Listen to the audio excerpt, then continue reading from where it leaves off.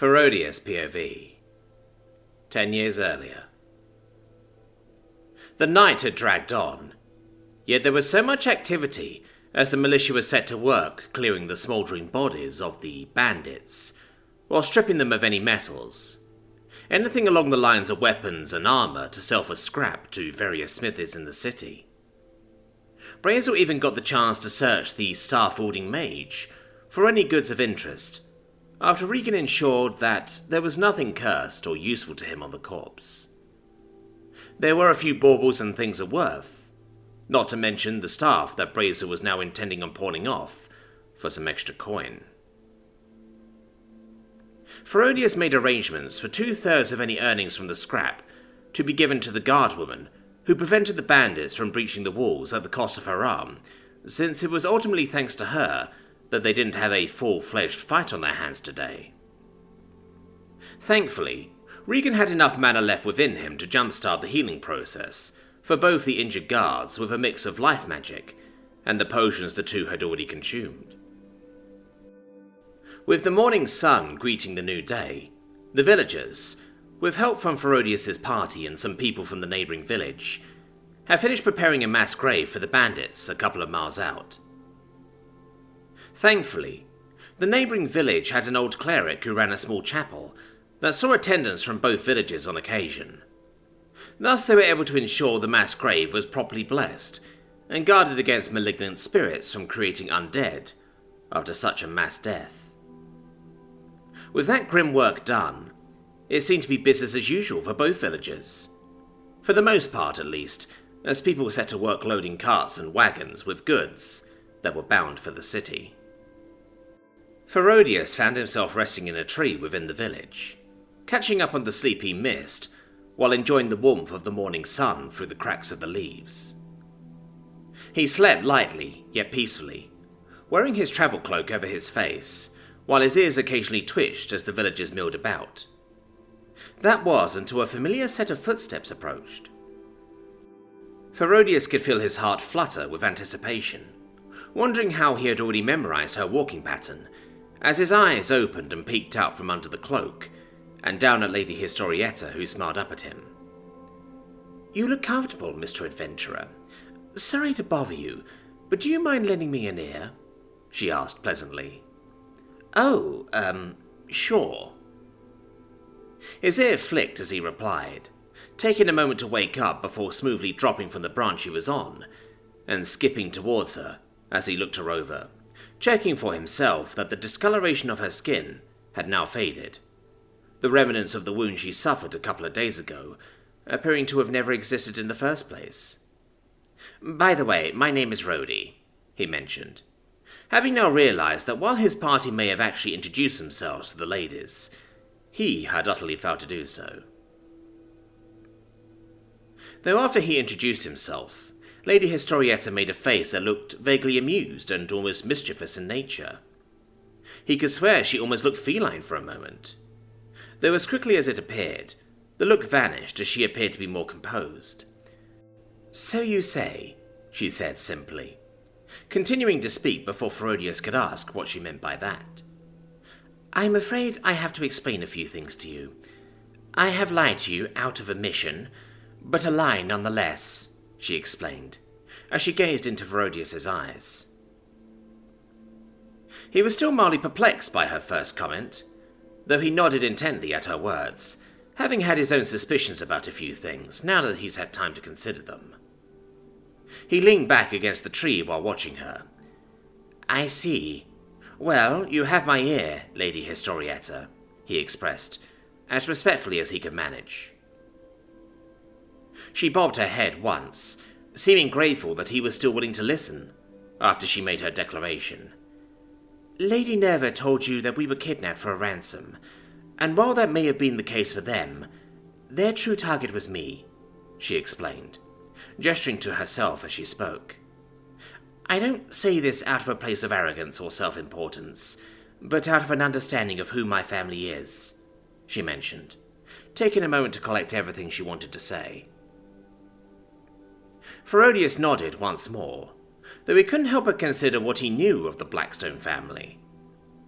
They were of a count's household, extremely wealthy and influential enough to rival the dukes of his father's domain. Count Blackstone was a lawful man, as far as he knew, with no overtly criminal tendencies or behaviours last he heard, at least before he was cut off from his inheritance as a prince, when he assumed his identity as Rhodey, the adventurer. "Okay, sure," he replied simply, keeping his thoughts to himself. Lady Historieta smiled a little before continuing to speak.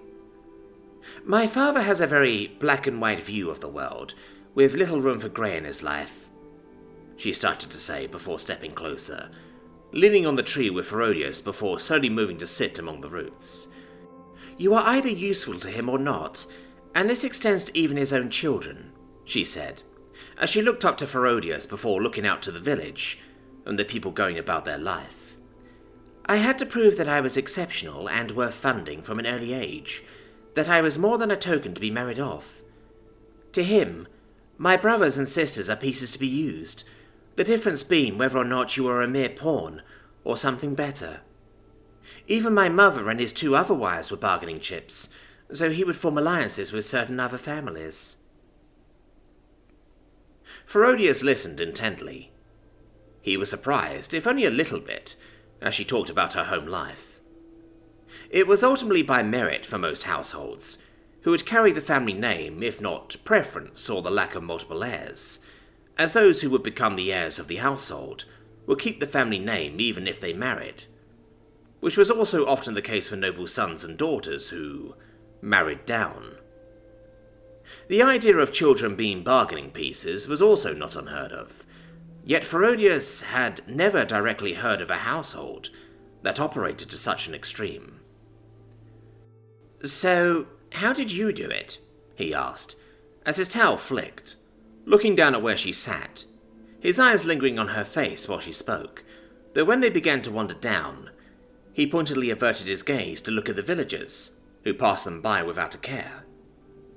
"How did you prove yourself, I mean?" She took a moment to answer, though soon spoke up. "From the moment I understood my place in this world, I did my best to learn and study everything I could get my hands on. Language, etiquette, law, and business, among many other topics and fields," she said, as she leaned her head back against the tree to stare up at the leaves. "Once I proved that I was more capable, intelligent, and knowledgeable than even my older siblings, I received my funding from my father and was finally independent of the allowances granted to me by my mother and her share of my father's wealth. From there, I had no choice but to use that money to grow even more and build myself a foundation to stand on my own 2 feet, she explained further, before sighing as she shook her head. "But I'm getting ahead of myself." Herodias couldn't help but consider if he heard something like what she said, coming from someone else, it may have sounded like arrogance. But between seeing her battered half to death while the other ladies were almost untouched, and the general way she carried herself with such maturity that was beyond her years, he couldn't help but feel the sincerity in her words. Once more he found himself impressed and in awe of her, wanting to know more, wanting to just sit with her and listen for as long as she'd let him. But they were having a serious discussion right now, and he needed to focus on what she wanted to say. She took a slow breath before exhaling as she continued to speak. "You're either useful to my father or you're not.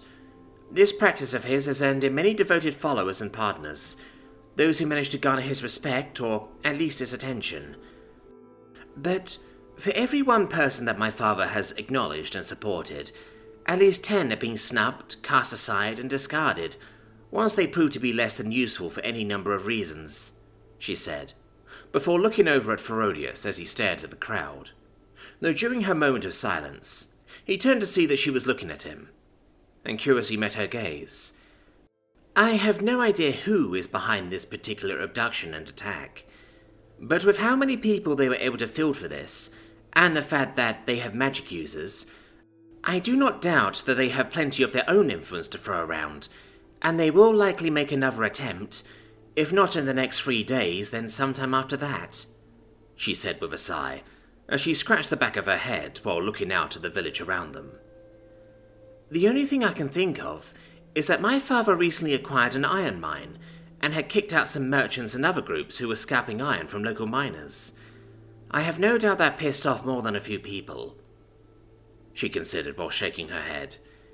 They must be targeting me to use as some sort of bargaining chip. If only those fools knew that my father could care less in the face of such tactics. She then looked back up at Herodias. I'm sorry, she says simply, as she looked away. Herodias wasn't too sure what to make of all this, but what he did know was that Historieta had nothing to be sorry for, as far as he could tell. What for? He asked, as his tail curled and tapped against the bark of the tree behind him. Historieta smiled up at Herodias, though his heart throbbed as he saw a deep sadness in her eyes, despite the kind expression on her face as she looked away. I'm sorry for putting those other noble ladies at risk. I'm sorry for using you to save us by leading beasts to you and forcing you all to defend yourselves. Her voice shudders, as Herodias could see tears welling up in her eyes, as her lips started to quiver. I'm sorry for forcing you to watch out for me and the other ladies at cost to yourself, and for putting this entire village at risk by just being here. She huffed, absently wiping at her eyes, though the tears kept coming. I'm sorry for not warning you of the dangers as soon as I could speak, and for all the people that have died for me and because of me. She sniffed hard, the tears not stopping as she let out a shaky breath. Even now, I just wanted to make sure you would still help me, despite everything that has happened. But here I am, spinning my guts, because I can't help but think about all the people that died today because of me. Herodias watched as she confessed to him her thoughts and sorrows, and ultimately he couldn't help but admire her sincere honesty. After a few moments he took a knee beside her, before shrugging off his cloak, draping it around her and partially covering her face. Though he seemed to have surprised her as she looked up at him, her lip was still quivering, as she was doing her best to get her emotions back in check. He flashed a small smile as he reached out, placing a hand on her shoulder as he gazed into the one eye that peeked out from under his cloak. I don't care about any of that, and you shouldn't blame yourself. It's not your fault that you were abducted, or that you are being targeted or pursued. None of that is something you should blame yourself for. Neither should you take on the burden of their deaths, as you weren't the one that put them in our way, he said, as he tapped his free hand in a fist against his chest. As for those who died for you, well, you can't blame yourself for them either, as they died doing their jobs. But that doesn't mean you can't remember them and thank them for their service. And the best way you can do that is by making sure their sacrifice wasn't for nothing, he explained, as he did his best to reassure her, his ears waggling a bit as he considered his next words, all while slowly shifting around to sit closer beside her, with only a couple of inches of space between them. Besides, you told me to do whatever it is I need to do to see things through, and make sure you and the other ladies are safe in my care, he mentioned, before patting her shoulder. So anything that happens from when you met me, and from now on, is my fault. Blame me for everything. Just make sure to compensate me like you said you would. He mused kindly, as he flashed a small smile at her. The lady was quiet for some time, even as Herodias pulled his hand away, though he remained seated where he was, keeping her company, even as she sniffed and sighed out shaky breaths. After a while, she closed the distance, leaning in closer while still wrapped up under his cloak. He could feel his heart skip a beat as he felt her small frame against him, noting how light she felt. No matter how mature, intelligent, ferocious, worldly and charismatic she was still just a young lady, who had no right to have to deal with these kind of burdens and troubles at her age. Thank you, she said softly under her breath, staying where she was, and not planning on moving any time soon. Herodias' ears flicked as she spoke so closely to him, and in response he slowly nodded. You're welcome, Lady Historieta, he replied softly. After another moment she spoke up. Call me Tori, she asked. though Ferodius couldn't help but feel it was more of a gentle demand. He smiled a little more and nodded again. "Very well. You're welcome, Tori," he mused kindly, as he leaned back against the tree to look up and watch the light cut through the leaves above him.